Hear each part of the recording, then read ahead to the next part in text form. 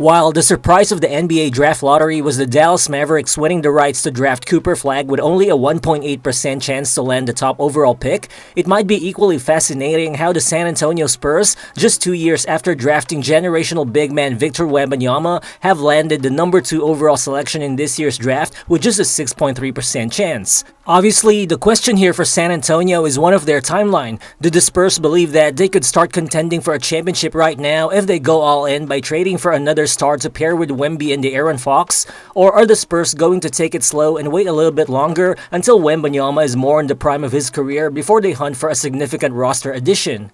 Well, if they keep their second overall pick in this year's draft, the player mostly believed to be selected by San Antonio is 6'6" Rutgers guard Dylan Harper, who's widely considered the second best player from the 2025 NBA draft class, only behind Cooper Flagg. But then, Harper's fit in San Antonio may look a bit clunky early on, especially when you place him beside starting point guard DeAaron Fox and reigning Rookie of the Year Stephon Castle. Well, all three of them are very cerebral and skilled players, but all three are also most comfortable operating with the ball in their hands. DeAaron Fox has established himself as an all-star caliber point guard, while Stephon Castle was developed as a point guard in high school. And there are still struggles with his jumper, as Castle's only hit under 31% of his catch-and-shoot three-pointers during his rookie year with San Antonio, with many of his best moments as a rookie actually coming later in the season when he played more consistently as a lead guard. Well, for sure, Dylan Harper will enter the NBA with a bit more combination of on and off ball skill to his game, but still, his natural inclination is to score with the ball in his hands. Per Synergy stats, Harper's drained an efficient 37% of his catch and shoot jumpers in college, but playing off the ball isn't second nature to Harper yet. Well, no question, all these things can be developed from Stephon Castle's jump shot to Dylan Harper's off-ball play, but it might take some growing pains over the next couple years. The question is, are the San Antonio Spurs willing to live with those and be a little bit more patient? But then, another option should also be on the table if it presents itself. It should come as no surprise that one name most league sources bring up as a potential Spurs trade target is Milwaukee Bucks superstar Giannis Antetokounmpo, which makes a ton of sense. With Giannis and Wembanyama together, San Antonio might actually have 2 top 5 players on the same team, plus they would be a great fit together.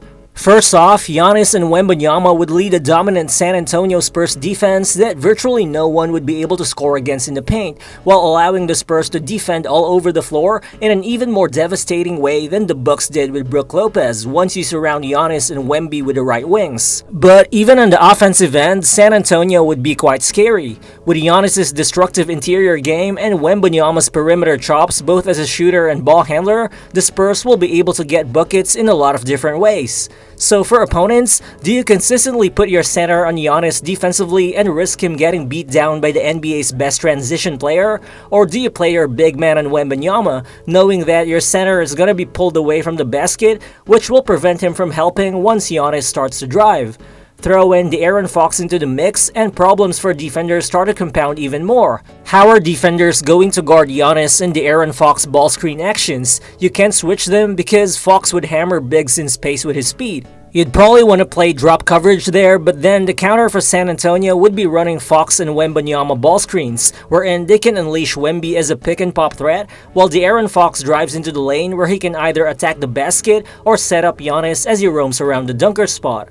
Or what if San Antonio runs Wembanyama and Giannis ball screen actions, with both bigs capable of handling the ball, with Wembanyama potentially pulling up for a jumper or popping out to the three-point line, or Giannis potentially driving or rolling to the rim? The defense would immediately collapse, because most bigs wouldn't have the physical tools or the mobility to guard in space against 2 7-footers who possess the most rare measurements and skill sets that the NBA has ever seen. Well, for San Antonio to make this dream frontcourt happen, it all depends on the details of what the asking price for Giannis would be. But the Spurs are certainly one of those teams who could meet Milwaukee's demands if they make Giannis available. Even if San Antonio wouldn't be willing to include Stephon Castle in the trade, they could still offer Milwaukee a hypothetical package consisting of Devin Vassell, Keldon Johnson, and Jeremy Sochan, together with any of their 2 2025 lottery picks, an unprotected 2027 pick from Atlanta, their first rounders in 2029 and 2031, plus several future pick swaps. I think another potential factor that could push the Spurs to pursue a Giannis trade is that he only has 2 years left guaranteed on his deal, which will expire in the summer of 2027, which is also when Wembanyama's next contract will kick in, meaning trading for Giannis this offseason basically allows Wembanyama to experience championship contention earlier than expected, without the San Antonio Spurs even needing to sacrifice the team's cap situation for the near future. But on the other hand, the Spurs can just stand pat and select Dylan Harper with a second overall pick in this year's draft. Harper is a high IQ type of big guard prospect who projects to be an effective offensive engine in the NBA, with an incredibly advanced sense of pace, timing, and angles, and how to use those together with physicality and footwork. Harper's ability to run an NBA offense at a high level is most clear when watching him operate on the pick and roll, where he's able to beat the defense in a lot of different ways. Harper is a certified killer against drop coverages, where he seamlessly attacks bigs in space with his ability to change pace or use pivots around the paint to get shots over rim protectors. Even when he was double teamed, which happened a lot, he showed the ability to quickly split double teams to get to the basket or pass the ball out of it to find a teammate for a bucket. And while he only averaged 4 assists per game in college, it's worth noting that despite his high usage while playing for a bad team, Harper was still able to put up a 2:1 assist-to-turnover ratio, which is the same as what high-level point guards such as LaMelo Ball and Tyrese Halliburton put up during their pre-NBA seasons. Dylan Harper rarely turns the ball over or makes bad decisions off a live dribble, and has constantly made high-level passing reads in the pick and roll, while also displaying the ability to hold his ground against physical defenders to make dump-off passes to teammates in tight spaces. But at 6'6" with a 6'10" wingspan and a strong frame, Harper's game mostly shines when he gets into the paint and scores around the basket. Nearly 1/3 of his shot attempts in college came at the restricted area, where Harper converted a staggering 73.3% of his 131 shot attempts at the rim. Those are numbers you only typically see from big men, and Harper also did that in an offense with very little spacing. While Harper isn't an explosive guard off the bounce like Stephon Castle, he can lull defenders to sleep with his change of direction, and he's also got decent burst getting off a live dribble, while also being able to use either hand to flip the ball up and in even against bigger defenders. But he's more than capable of using his size and strength to just bulldoze his way into the basket when picked up by weaker defenders. There's a reason why you'll often hear Cade Cunningham mixed with Jalen Brunson comps when you look at Dylan Harper's ability to get into the paint, where he uses a mix of strength and finesse to just make something happen all the time. Well, Harper's still not known as a knockdown shooter, but again, he's actually made 37% of his catch-and-shoot jumpers in college. But then the problem is, his pull-up jumper is still far from being consistent. Out of the 155 three-pointers he attempted at Rutgers, 96 of them were off the dribble, and he only converted 29.2% of those shots. Even from the mid-range, he only produced a highly inefficient .54 points per possession out of pull-up jumpers. It's just that Dylan Harper's shot mechanics seem to lose consistency when he shoots off a live dribble, with his shot arc also becoming noticeably flatter when he pulls up.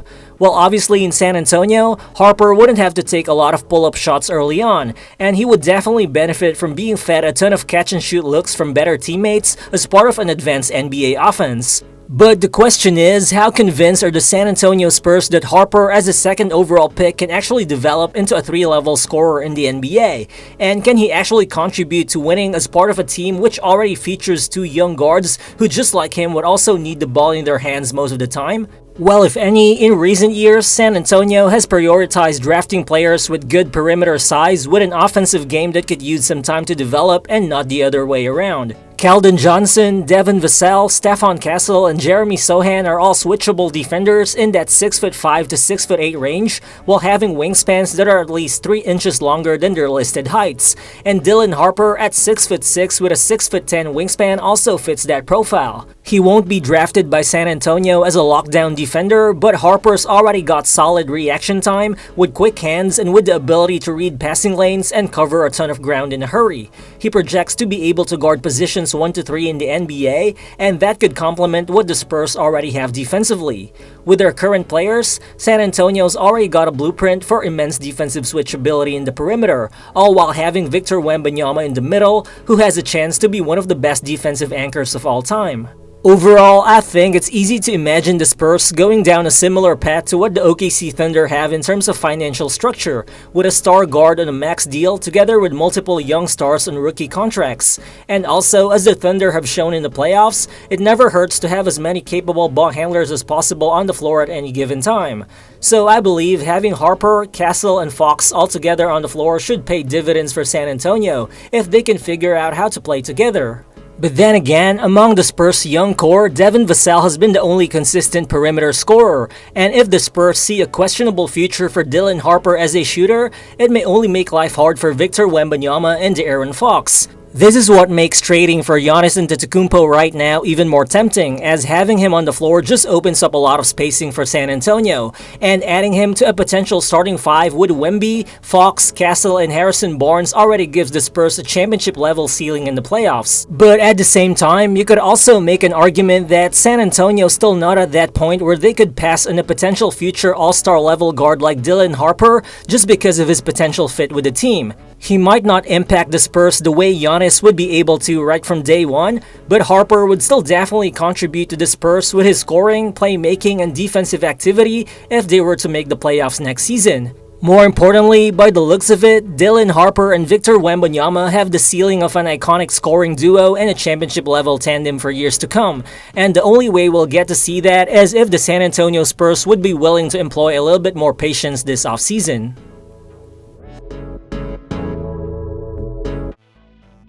But what do you think should the San Antonio Spurs do this offseason to maximize Victor Wembanyama? Feel free to drop your thoughts in the comment section below, and again, if you're new to the channel, please consider subscribing as well.